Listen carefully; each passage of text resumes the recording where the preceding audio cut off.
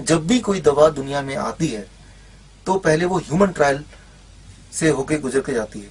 Human trial में उसकी जो अवधि होती है average, that is about 6 months, और करीब 1000 के करीब वॉलंटियर्स होने जरूरी होते हैं। तो 6 महीने के ह्यूमन ट्रायल और 1000 करीब वॉलंटियर्स में ये देखा जाता है कि ये दवा इंसान के लिए ठीक है कि नहीं। On the basis of that FDA approves that medicine, और फिर वो मेडिसिन मार्केट में आती है। सच्चाई ये है कि मेडिसिन का जो एडवर्स रिएक्शन है, एडवर्स रिएक्शन का मतलब कि मेडिसिन जिस बीमारी के लिए ली जा रही है उससे भी ज्यादा खतरनाक side effect, that is called adverse reaction. So दुनिया का वर्ल्ड एवरेज है कि दवा अगर आज आपने लिया तो इसका एडवर्स रिएक्शन ऑन एवरेज 4 साल 2 महीने में पता चलता है कि इस दवा का एडवर्स रिएक्शन क्या है। फॉर एग्जाम्पल, पायोग्लिटाजोन आप ले रहे हैं डायबिटीज के लिए और 4 साल बाद दैट में लीड टू ब्लैडर कैंसर। तो जो ब्रैकेट है, जो टाइम फ्रेम है, that is about, time line है, that is about 4 years and 2 months, जबकि अप्रूवल के लिए जरूरत होती है ओनली 6 months। सो नॉर्मली वो दवा किस तरह से इंसान को नुकसान पहुंचाएगी वो उसके लॉन्च होने के कुछ साल बाद ही पता चलता है। और एक बार पता चल जाए तो FDA का जो प्रोसीजर है उसको बैन करने का वो करीब 10 साल का होता है, कभी वो 8 साल का होता है, कभी वो 16 साल का भी होता है। तो एक दवा की जो जर्नी है लॉन्च होने से लेके बैन होने तक की, वो करीब ऑन एवरेज 18 साल की होती है या 20 साल की होती है। और ये मैं बात कर रहा हूँ डेवलप कंट्री की।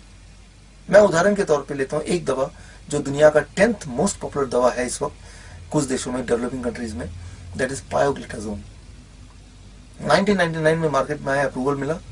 2007 में पता चला कि इस दवा की वजह से ब्लैडर कैंसर होता है। FDA ने पड़ताल शुरू की। 2011 में जर्मनी, फ्रांस समेत कई सारे देशों में बैन हो गया। 2013 में 18 जून को भारत में बैन हुआ। लेकिन भारत की जो मेडिकल लॉबी है वो इतनी स्ट्रांग है कि 31 जुलाई, 1 महीने के अंदर ही बैन को फोर्सफुली गवर्नमेंट को हटाना पड़ा, लिफ्ट करना पड़ा। और आज भी इस वक्त जब आप ये वीडियो देख रहे हैं, करीब 30 लाख लोग पायोग्लिटाजोन ले रहे हैं इंडिया के, डायबिटीज से बचने के लिए, जो कि कुछ ही समय में ब्लैडर कैंसर से मरने जा रहे हैं। ये जो साइड इफेक्ट की दुनिया है इसको समझना बहुत जरूरी है अगर आप अपने हेल्थ का ख्याल रखना चाहते हैं। इसको जरा अंडरस्टैंड कीजिए। 2 सवाल हैं, साइड इफेक्ट दवाइयों से क्यों होता है और इतना ज्यादा डेंजरस कि वो जिस बीमारी के लिए आप वो दवा ले रहे हैं उससे कई गुना खतरनाक ज्यादा वो उसका साइड इफेक्ट। तो साइड इफेक्ट क्यों होता है और दूसरा इससे कैसे बचें। मैं एक उदाहरण लेता हूं। The most popular medicine of the world, 1899 में ये लॉन्च किया गया और सबसे ज्यादा दुनिया में बिकने वाली दवा that is called aspirin. Heart का पेशेंट हो, ब्लड प्रेशर का पेशेंट हो, डायबिटीज का पेशेंट हो, कोई कोलेस्ट्रॉल की दवा ले रहा हो, यूं ही डॉक्टर मुफ्त में दवा लिख देते हैं इस उम्मीद से कि ये ब्लड को थिन करेगा और एक्सपेक्टेड या फोर्थकमिंग हार्ट अटैक से बचाएगा। इसके अंदर एक एक्टिव इंग्रेडिएंट है that is called acetyl salicylic acid, और उसका मोड ऑफ एक्शन है, उसका केमिकल पाथवे है, वो ब्लड को थिन करता है। यानी कि हार्ट अटैक होने से पहले वो क्लॉटिंग होती है, उस क्लॉटिंग से आप बच सकते हैं और आपकी हार्ट अटैक एक्सपेक्टेडली ये दवा रोक सकता है। इसी उम्मीद से अनगिनत लोग रोज इसको खाते हैं, इसको कंज्यूम करते हैं। जबकि अगर FDA की, गवर्नमेंट की साइट देखें तो उसमें क्लियरली लिखा है इसके side effect stomach pain, stomach discomfort, ulcer, cancer, या इसके अलावा डायबिटीज, इसके अलावा erectile dysfunction, these are all non listed side effect of this medicine. एक तरफ तो ये आपको हार्ट की डिजीज या हार्ट डिजीज से जो हार्ट अटैक है या ब्रेन स्ट्रोक उससे बचाता है, दूसरा it may lead to excessive bleeding, brain haemorrhage etcetera. So preventive है लेकिन कई सारे और बीमारी भी लेके आ रहा है, क्योंकि ये जो मेडिसिन है that is synthetically made, chemically made.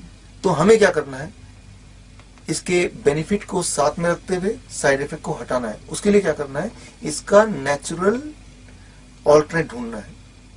Alternate इस वक्त आपके किचन में ऑलरेडी है, मैं आपको बताता हूं। अदरक, जिंजर, टर्मरिक, हल्दी और ये लहसुन।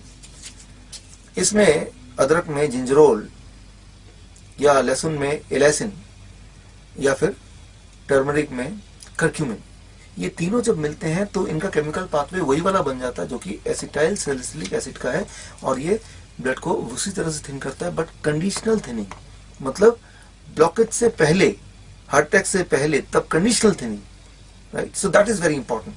और इसीलिए नेचुरल जो ऑल्टरनेट है इसका साइड इफेक्ट ना होकर साइड बेनिफिट है।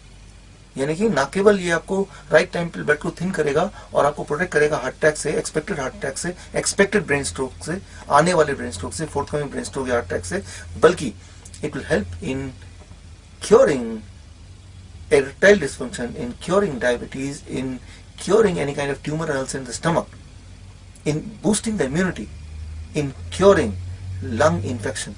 So ये इसके साइड इफेक्ट की जगह साइड बेनिफिट है। इसको पूरी तरह समझना अगर है तो उसके लिए मैं आपको सिंपल उदाहरण देता हूँ। मान लीजिए मैं आपसे पूछता हूँ कि आपके शहर में सेफ ड्राइविंग स्पीड क्या है। आप बोलेंगे let's say 40 kilometre per hour. मैं अपनी गाड़ी में कुछ ऐसी सेटिंग करता हूं कि जब भी मेरी गाड़ी चले वो 40 किलोमीटर पर आवर की स्पीड से ही चले, ना ज्यादा तेज ना कम।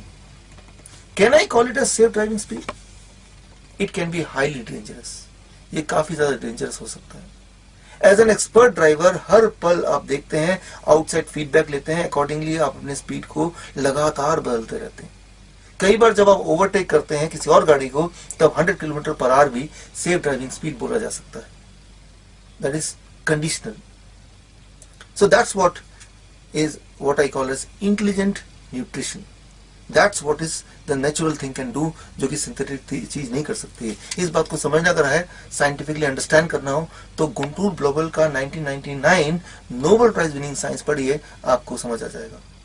और ये artificial counter part that is acetyl salicylic acid जो सिंथेटिकली प्रोड्यूस किया गया, वो ये वाला काम क्यों नहीं कर सकता, इसको अगर समझना है तो आप पढ़िए Nobel prize winning science 1982 John Wayne, तो सारी चीज क्लियर हो जाएगी। मतलब ठीक इसी तरह से ब्लड प्रेशर की दवा की बात करें, डायबिटीज की दवा की बात करें, फीवर की बात करें, हेडेक की बात करें, स्टमक एक की बात करें, कैंसर की बात करें, सारी ये दवाइयों के आप नेचुरल ऑल्टरनेटिव अपने घर में अपने किचन के सामान से इसी वक्त बना सकते हैं।